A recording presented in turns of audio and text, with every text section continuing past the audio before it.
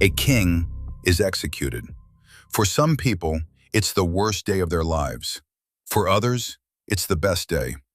For others, they're completely confused about what's happening. The same event, three different traumas. This asymmetry is why political change is never what either side expects. Group 1, the harmed. These are the people who benefited from the old legitimacy framework. When the shock happens, their world doesn't just change, it shatters. After Charles I's execution, the royalists didn't just lose a king, they lost the entire framework that justified their power. Divine right, the story that made them naturally superior, was dead. After slavery was abolished, the Southern gentry didn't just lose labor, they lost the framework of racial hierarchy that made them naturally superior. After colonialism was formally ended, the European powers didn't just lose territory, they lost the framework of civilizational hierarchy that made them naturally superior. Here's the critical insight. The harmed group's experience is genuinely traumatic.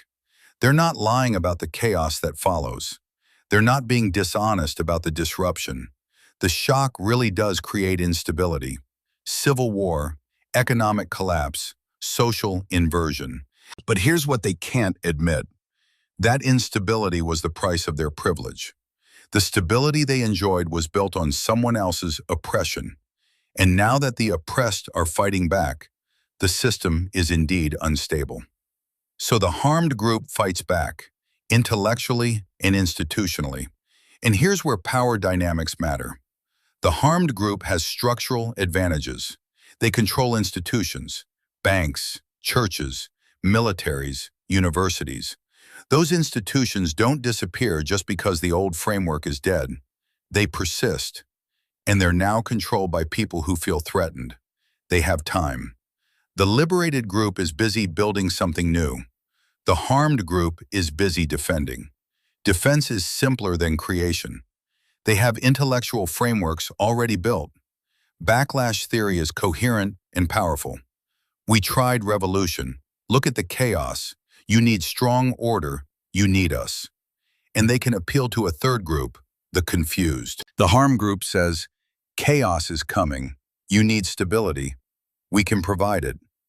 And the confused group is susceptible to that argument because they're scared.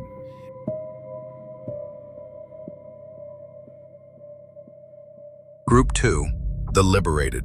These are the people who were oppressed by the old framework. When the shock happens, it's cathartic, vindication. After Charles I's execution, the parliamentarians weren't traumatized. They were vindicated. Divine right had been proven false. The king's power was contingent, not sacred. After slavery was abolished, the formerly enslaved weren't mourning. They were exhilarating. They were citizens. They had rights. The future was open. After decolonization, the colonized peoples weren't confused. They were triumphant. They had won. Against empire, against overwhelming odds, they had actually won. But, and this is crucial, the liberated group has a structural disadvantage. They lack institutional experience. For decades or centuries, they were excluded from power. So when they suddenly have it, they don't know how to keep it. They don't have trained administrators, experienced generals, institutional networks. They have passion, they have legitimacy, they have moral right, but they don't have the apparatus of power. They're also exhausted. Revolution takes everything, decades of resistance, spiritual, physical, psychological exhaustion. When they finally win, they have to build from nothing, while the harmed group still controls the institutions. And they idealize the new order. They overestimate how much has changed. They underestimate the harmed group's ability to maintain power in modified form.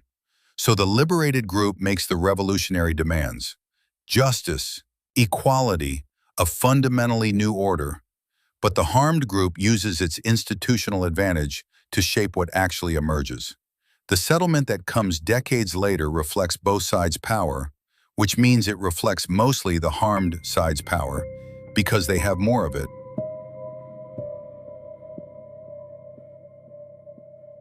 Group 3, the confused. These are the people dependent on both the old and new frameworks simultaneously. They benefited from some aspects of the old order and suffered from others. The shock leaves them completely disoriented. In the English Civil War, the petite bourgeoisie, merchants, craftspeople, people with small property, wanted Parliament to limit the king's power, but they didn't want to execute him. That felt like chaos, like mob rule. After abolition, poor white Northerners who had nothing to do with slavery nonetheless benefited from white supremacy. It gave them status, jobs, psychological advantage. Losing the framework left them confused and threatened. In decolonization, collaborators and local bourgeoisies who had prospered under colonialism suddenly faced loss of privilege. But they also desired independence. They were caught between. The confused group is crucial because they decide outcomes. They're the swing vote of political transformation. And they're susceptible to backlash theory. Why? Because backlash theory promises stability. Yes, things will change, but we can manage the change. We can keep the good parts. We can prevent chaos. That's exactly what the confused group wants to hear. So the settlement reflects where the confused group lands. And the confused group, facing fear and disorientation, usually lands with the harmed group.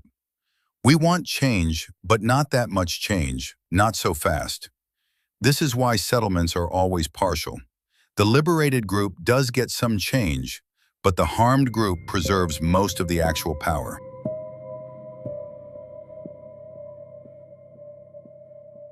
Let's see how this plays out in actual history. Charles I is executed. Revolutionary moment. Settlement. Constitutional monarchy. What changed? The king's authority is now limited by Parliament. What persisted? The monarchy itself. The institution survives. Hierarchy survives. Slavery is abolished. Revolutionary moment. Settlement. Jim Crow. What changed? Slavery as a legal institution ends. Formal equality exists on paper. What persisted? Racial hierarchy, racial oppression, racial power, just in new form, laws instead of chains. Colonialism is formally ended. Revolutionary moment. Settlement.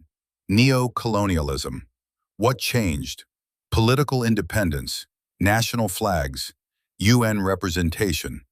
What persisted? Economic extraction, resource dependency, the same power imbalance, just in market form instead of direct rule. The pattern is consistent. Old framework dies, new framework emerges. But the structural constraint, the way the system prevents certain kinds of freedom, prevents exit, prevents real power shift, recreates itself in new form. The harmed group loses the justification for their power, but they preserve the structure of their power. And that's possible because they control institutions. Universities teach the new framework as if it actually changed things. Democracy is ruled by the people. Capitalism is freedom. Nation-states are sovereign. But the actual power relationships barely shifted. The institutions that the harmed group controlled before still persist, just under new management.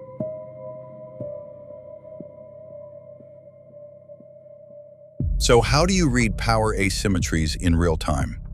When a shock happens, ask 3 questions. Question 1.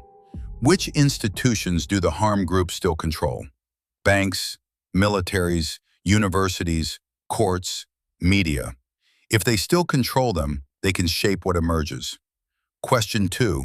How organized is the liberated group? Revolutionary energy is powerful, but it's fragile. If the liberated group can't institutionalize quickly, the harmed group will use the interim chaos to restore control. Question 3. Where is the confused group? Are they moving toward the liberated or the harmed? The confused group decides. Understanding their fears and incentives tells you what settlement will emerge. Understand these 3 asymmetries and you understand why political change is always partial. and you understand where leverage points are if you want more complete transformation.